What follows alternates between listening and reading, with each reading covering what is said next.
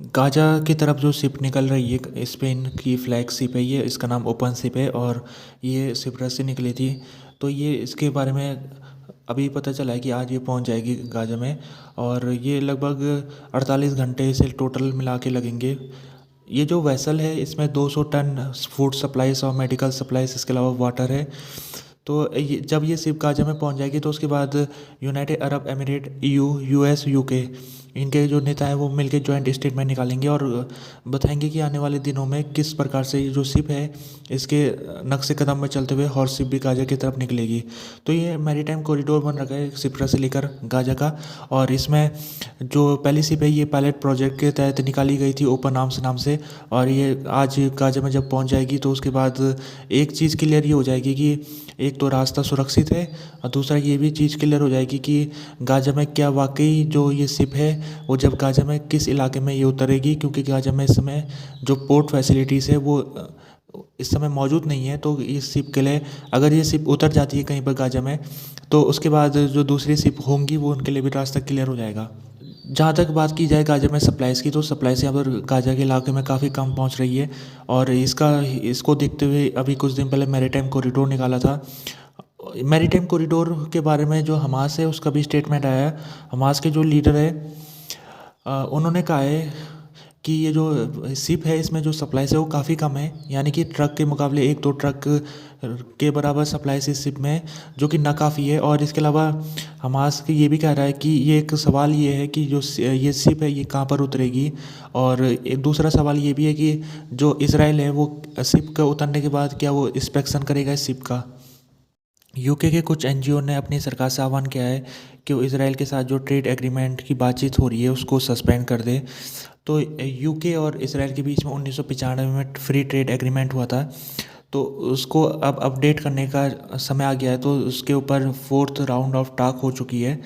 तो उसको देखते हुए कुछ एनजीओ है जिसमें Amnesty International, Global Justice Now, Action Aid UK और इसके अलावा कुछ एनजीओ है, वो कह रहे हैं कि इस टॉक को अब सस्पेंड करना चाहिए। और सस्पेंड इसलिए करना चाहिए क्योंकि जो इसराइल ने 7 अक्टूबर के बाद कार्रवाई की है उसको देखते हुए, और साथ में जो इंटरनेशनल कोर्ट ऑफ जस्टिस ने कुछ दिन पहले फैसला सुनाया था जिसमें उसने इसराइल से आह्वान किया था कि वो इसराइल गाज़ा में वार क्राइम ना करे। लेकिन इसराइल लगातार आईसीजे की रूलिंग को उल्लंघन करता आ रहा है। तो उसी को देखते हुए इन एनजीओ ने ये आह्वान किया अपनी सरकार से कि वो इसराइल के साथ जो फ्री ट्रेड एग्रीमेंट के ऊपर बातचीत है उसको सस्पेंड करे। और इनका कहना ये है कि क्योंकि जो ब्रिटेन है वो आईसीजे का मेंबर है, तो आईसीजे के जो रूलिंग है उसको ब्रिटेन को मानना चाहिए। और जहाँ तक ट्रेड एग्रीमेंट का बात है तो ट्रेड एग्रीमेंट में एक क्लॉज ये भी है कि रूल ऑफ लॉ के हिसाब से चलना चाहिए। तो यानी इसराइल इस समय रूल ऑफ लॉ का पालन नहीं कर रहा है, तो इस वजह से इसराइल को जो बातचीत है इसराइल और यूके की फ्री ट्रेड एग्रीमेंट की उसको सस्पेंड करना चाहिए, ये भी इनका कहना है। इस दिन में काफ़ी ज़्यादा हिंसा की खबरें देखने को मिली थी वेस्ट बैंक में। इसराइल की पुलिस ने कहा है कि कुछ फिलिस्तीनियों ने 2 लोगों को चाकू लगा दिया है जेरूसलम में। और इसके अलावा एक दूसरी घटना ये भी थी कि 2 फिलिस्तीन लोगों की हत्या इजरायली फोर्सेस ने की थी। ये जो हुआ है ये सब ऑक्यूपाइड वेस्ट बैंक के इलाके में हुआ है और इस समय हो रहा है जब रमज़ान का महीना चल रहा है। तो ये पहले से संभावना जताई जा रही थी कि रमज़ान के महीने में कुछ बड़ा हमला हो सकता है और कुछ हिंसा की खबरें देखने को मिल सकती है, तो उसका लगभग वो सही साबित हो रही है। तो जो कल के दिन हुआ है वेस्ट बैंक के इलाके में, और एक छोटा बच्चा लगभग उसकी उम्र 12-13 साल की थी, उसके ऊपर इसराइल ने फायरिंग करके उसकी हत्या कर दी है। इसराइल का कहना था कि जो बच्चे थे वो इसराइल के ऊपर पत्थरबाजी कर रहे थे, जो कि इसराइल के फोर्सनेट ने अपने सिक्योरिटी को देखते हुए रिस्पॉन्स किया। ईयू के foreign affair chief Joseph Borrell ने इसराइल का जो एक्शन है गाजा में उसको क्रिटिसाइज़ किया और वो यूएन सिक्योरिटी काउंसिल में पहुंचे हुए थे। तो उस दौरान उन्होंने इसराइल की बहुत ज़्यादा मजम्मत की। पहले तो उन्होंने कहा है कि जो इस समय सिचुएशन गाजा में है और सप्लाईज़ को जिस तरह ब्लॉक किया जा रहा है ये कोई नेचुरल तरीके नहीं है, बल्कि ये मैन मेड तरीके से किया जा रहा है। और वो कह रहे हैं कि जानबूझ के इस सप्लाईज़ को रोकने की कोशिश की जा रही है इसराइल की तरफ से। उन्होंने आगे ये कहा है कि अगर हम यूक्रेन में जो रसिया कर रहा है उसकी जब अगर हम आलोचना करना चाहते हैं तो हमको दूसरी तरफ भी देखना चाहिए। यानी कि जो इसराइल गाजा में कर रहा है वो कई मामलों में रसिया के जो क्राइम है उससे कई ज़्यादा गुना ज़्यादा बड़ा है। जो जोसेफ बोरेल है, जब से वो 7 अक्टूबर का हमला हुआ है तब से उन्होंने बार बार इसराइल की आलोचना की है और उन्होंने ये भी कहा है कि इसराइल के ऊपर टू स्टेट सॉल्यूशन को थोपना पड़ेगा, क्योंकि इसराइल अपनी तरफ से टू स्टेट सॉल्यूशन नहीं बनाने वाला है। उन्होंने कहा था कि एक यही एक रास्ता है अगर इस मिडिल ईस्ट के इलाके में शांति व्यवस्था बनानी है। UNRWA की तरफ से आज स्टेटमेंट आया जिसमें उसने कहा है कि उसका एक गोदाम में फायरिंग हुई है और उसमें स्ट्राइक हुआ है, जिस कारण गोदाम में 4 लोगों की मौत हुई है। तो ये जो गोदाम है ये फूड सप्लाईज़ के लिए गोदाम बनाया गया था और इसमें जो अटैक हुआ इसराइल की तरफ से, और अभी ये कहा नहीं जा सकता है कि वजह क्या रही होगी। और अभी तक UNRWA के बारे में बात की जाए तो UNRWA के 162 लोगों की मौत अभी तक अक्टूबर 7 के बाद हो चुकी है, जो कि अपने आप में एक बहुत बड़ा ये आंकड़ा है, क्योंकि UN के ऊपर इसराइल लगातार आरोप लगा रहा है कि जो UN की जो यहाँ पर बिल्डिंग है उनके ऊपर हमास के फोर्सेस या हमास के जो टेररिस्ट हैं वो यहाँ पर छुप के रहते हैं। तो इस कारण इसराइल बार बार UNRWA की फैसिलिटीज़ के ऊपर हमला करता रहता है।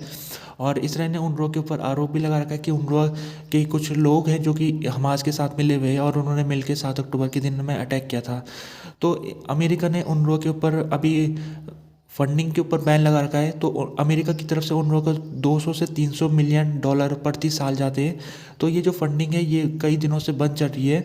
और इसके बारे में भी खबर ये है कि यूएस की जो कांग्रेस है वो इस फंडिंग को जारी नहीं करेगी जब तक कि रिपोर्ट जो कि नहीं आ जाती। रिपोर्ट अभी अगले महीने तक आ जाएगी, जिसमें पता लग जाएगा कि जो इसराइल ये आरोप लगा रहा है UNRWA के ऊपर क्या वो वाकई में सही है या नहीं है। तो रिपोर्ट आने के बाद जो अमेरिका है वो डिसीजन लेगा। फिलहाल ये जो UNRWA की फंडिंग है वो अमेरिका की तरफ से बंद चल रही है।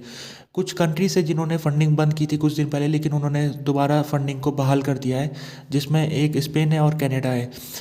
लेकिन इन देशों की जो फंडिंग है वो काफ़ी कम है, तो उससे UNRWA के जो उसका बजट है वो पूरा नहीं हो पाएगा। तो मेन अमेरिका है, अमेरिका ही UNRWA का मेजॉरिटी फंडिंग में योगदान देता है। तो अगर अमेरिका की फंडिंग चालू नहीं होगी आने वाले कुछ दिनों में, तो UNRWA ने वार्निंग दी है कि उसका जो काम है यहाँ पर गाजा में वो काम आने वाले समय में वो नहीं कर पाएगा। जैसे कि UNRWA की गाजा में इस समय बहुत ज़्यादा भूमिका है, चाहे वो शेल्टरिंग के क्षेत्र में हो, शेल्टर उन्होंने UNRWA की बिल्डिंग में कई गाजा के लोगों ने ले रखी है, चाहे वो फूड सप्लाई पहुँचाने के ऊपर हो या फिर दूसरे सेक्टर के ऊपर हो। UNRWA की जो भूमिका है गाजा में या फिर गाजा के बाहर वो बहुत महत्वपूर्ण है। अमेरिका के कुछ शिप्स है जो कि वर्जीनिया से निकल गए और ये गाजा की तरफ जा रहे। तो 4 आर्मी की शिप है जो कि निकल चुकी है और आने वाले दिनों में गाजा में ये पोर्ट इंफ्रास्ट्रक्चर को बनाएंगे। तो क्योंकि गाजा में इस समय जो पोर्ट फैसिलिटीज़ है वो ना के बराबर है, तो जो भी सप्लाईज इस समय गाजा में पहुंच रही है तो उसके ऊपर ये कंफर्म नहीं है कि वो सप्लाईज क्या गाजा में उतर पाएगी, क्योंकि सप्लाईज उतारने के लिए इंफ्रास्ट्रक्चर की ज़रूरत होती है, वहाँ पर फैसिलिटी की ज़रूरत चाहिए रहती है जो कि अभी अवेलेबल है नहीं। तो इसको पूरी करने के लिए अमेरिका ने अपने 100 सिपाहियों को भेजा हुआ है गाजा के लिए, और ये आने वाले 60 दिनों में ये काम करेंगे और वहाँ पर पोर्ट फैसिलिटी बनाएंगे।